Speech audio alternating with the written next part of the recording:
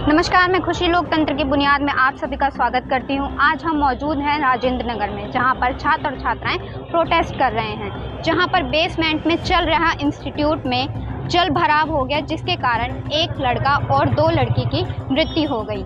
जी हाँ, वह इतने सारे अपने सपने लेकर आए थे, अपने सपनों को साकार करने के लिए। उनके माँ बाप पर क्या बीती होगी, उनके माँ बाप के आंसू पोंछने के लिए कौन होगा।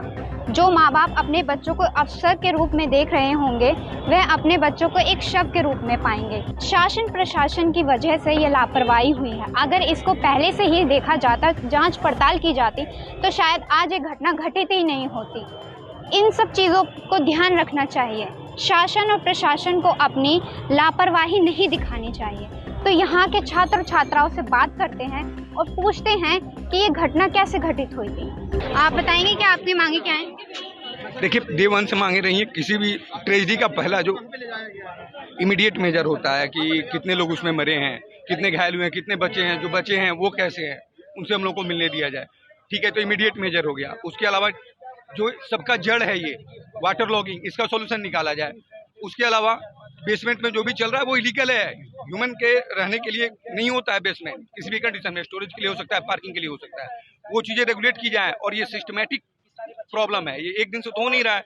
ये तो नई बिल्डिंग है, इसका तो एनओसी मिला हुआ है। एनओसी कैसे मिल गया? तो प्लीज इसको पूरा करें। और दूसरा चीज, लाइब्रेरी अगर सील होती है, बेसमेंट सील होता है, तो सफर हम लोग होंगे, स्टूडेंट सफर करेगा। तो हम लोग चाहते हैं कि दूसरी लाइब्रेरी हम लोग को अवेलेबल कराई है।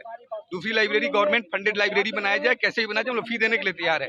हम लोग 1000 रुपये भी मंथली देने के लिए तैयार हैं, 1500 भी देने के लिए तैयार है, क्योंकि हम लोग बाकी जगह देते हैं। लेकिन हम लोग को चाहिए ना, नहीं तो हम लोग कहाँ जाएंगे अभी। बेसमेंट में मतलब इंस्टीट्यूट बनाना सही है? बिल्कुल गलत चीज है। इतनी सफोकेशन नॉर्मल टाइम पे भी होती है वहाँ पे, और बाकी चीजें नहीं होनी चाहिए। लेकिन इस एरिया का लिमिटेशन है, नहीं है फैसिलिटी। वो यहाँ से 30,000 करोड़ का कम से कम रेवेन्यू जनरेट होता है। एक मतलब सेंट्रल गवर्नमेंट को भी जाता है, ये स्टेट गवर्नमेंट को भी, एमसीडी को, सबको भी पता है कि यहाँ से रेवेन्यू अच्छा जनरेट होता है। तो हम स्टूडेंट हम देते हैं, तो बेसिक फैसिलिटी हम लोग को चाहिए। कोई फैसिलिटी नहीं चाहिए हम लोग को। हम लोग को जीने के लिए लाइब्रेरी चाहिए। जितना हवा जरूरी है उतना लाइब्रेरी जरूरी है हमारे लिए।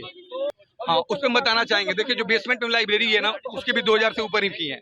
और 4 से 5 लाइब्रेरियां हैं जो ऊपर के फ्लोर्स पे कहीं कहीं हैं, उनकी मिनिमम फी 4000 होती है। इवन कॉर्नर सीट लेने जाइएगा 5000 6000 भी लगता है। अभी लाइब्रेरी बंद हो जाएगी, अब सोचिए, उसमें तो पहले सीट नहीं है, सीट ही नहीं है। अगर कोई 10,000 भी देना चाहे कि दे करके फिर भी सीट मिल जाए, फिर भी सीट नहीं है। हम लोग क्या करेंगे? हम लोग घर से इतना हजारों किलोमीटर से यहाँ पे आए हुए हैं। अभी हमारा साथी जो मरा है, केरला से आया हुआ था, कोई यूपी से आया हुआ है, कोई बिहार से आया हुआ है, कोई जम्मू कश्मीर से आया हुआ है। तो हम लोग हजारों किलोमीटर से आए हैं, और लाइब्रेरी का फैसिलिटी नहीं मिलेगा। निजर रिएक्शन से काम चलेगा क्या? लाइब्रेरी बंद करा देना।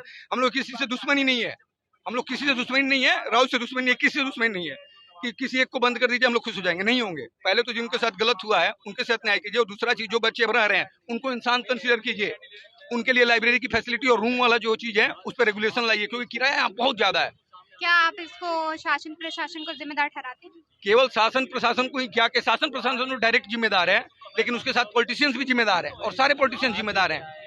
जो संसद में भाषण चल रहा है, एक भी नेता यहाँ पे आते हुए नहीं दिखे होंगे आपकी। आप खुद समझ लीजिए वो वहाँ तक क्यों सीमित रह गए हैं और यहाँ नहीं आए हैं। हम लोग अपने आप हट जाएंगे।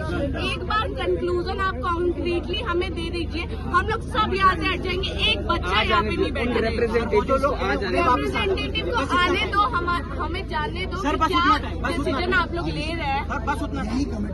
कॉन्क्रीट कंक्लूजन आ जाए, यहाँ पे एक स्टूडेंट नहीं दिखेगा। हम लोग यहाँ पे अपना टाइम वेस्ट करने नहीं बैठे, हमें भी प्रिपेयर करना है। छात्रों में मतलब नहीं है, कुछ बाहर पॉलिटिशियंस आ रहे हैं। कंक्रीट कंक्लूजन आ जाए, यहाँ पे एक स्टूडेंट नहीं दिखेगा। दिल्ली के ओल्ड राजेंद्र नगर स्थित राउज आईएएस स्टडी सर्कल की घटना ने देश को हिलाकर रख दिया है, जहां भारी बारिश के कारण कोचिंग सेंटर के बेसमेंट में पानी भर जाने से 3 छात्रों की दर्दनाक मौत हो गई। इन छात्रों में 2 लड़कियां और 1 लड़का शामिल थे। यह बेसमेंट लाइब्रेरी के रूप में इस्तेमाल हो रहा था, जो कि सीधे तौर पर नियमों का उल्लंघन है। घटना के बाद कई छात्रों और विपक्षी दलों ने इस पर आक्रोश व्यक्त किया है और इसे एक मानव निर्मित आपदा करार दे रहे हैं। छात्र कई दिनों से कोचिंग सेंटर के बाहर प्रदर्शन कर रही हैं। विभाग के मुताबिक प्रारंभिक जांच में पाया गया है कि कोचिंग सेंटर ने कई सुरक्षा नियमों का उल्लंघन किया था। घटना के तुरंत बाद दिल्ली फायर सर्विस और राष्ट्रीय आपदा प्रतिक्रिया बल एनडीआरएफ ने बचाव अभियान चलाया, जिसमें कुछ छात्रों को बचा लिया गया, लेकिन 3 छात्रों की मौत हो गई। वहीं पुलिस ने कार्यवाही करते हुए कोचिंग सेंटर के मालिक और समन्वयक को गिरफ्तार कर लिया गया है और उन पर हत्या और लापरवाही का आरोप लगाया गया है। दिल्ली सरकार ने इस घटना की जांच के आदेश दिए हैं और सभी कोचिंग सेंटर्स पर कार्रवाई करने की बात कही है जो बेसमेंट में संचालित हो रहे हैं। राउज आईएएस स्टडी सर्कल के बाहर प्रदर्शन कर रहे छात्रों को पुलिस ने जबरदस्ती वहां से उठाकर पुलिस वैन में बैठा लिया। प्रशासन ने जहां पर छात्र विरोध प्रदर्शन कर रहे थे, वहां पर सड़क को खुलवाकर गाड़ियों की आवाजाही शुरू करवा दी है, जिससे छात्रों को प्रदर्शन स्थल से हटाया जा सके। प्रशासन की इस कार्रवाई से छात्रों में भारी नाराजगी देखने को मिला, जिसके बाद स्थिति तनावपूर्ण होता हुआ दिखा। जैसे कि आज हमने यहाँ पर छात्र और छात्राओं की मांगे सुनी, उनकी परेशानियां सुनी हैं। इसी के साथ देखते रहिए लोकतंत्र की बुनियाद। मैं खुशी, कैमरा पर्सन पूजा के साथ। हमसे जुड़े रहने के लिए हमारे YouTube चैनल को सब्सक्राइब करें और नई वीडियो की नोटिफिकेशन के लिए बेल आइकॉन को दबाएं। अगर आप ये वीडियो Facebook पर देख रहे हैं तो लाइक जरूर करें और ज्यादा से ज्यादा शेयर करें। धन्यवाद।